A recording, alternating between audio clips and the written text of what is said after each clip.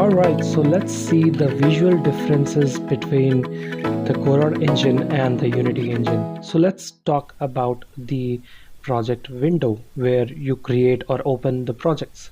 So I have opened Unity Hub and Godot editor side by side so that you can see the difference. So in Unity, if you talk about Unity, you need to first install Unity Hub. From there, you can install different versions of Unity. In my case, I have Unity 6 installed.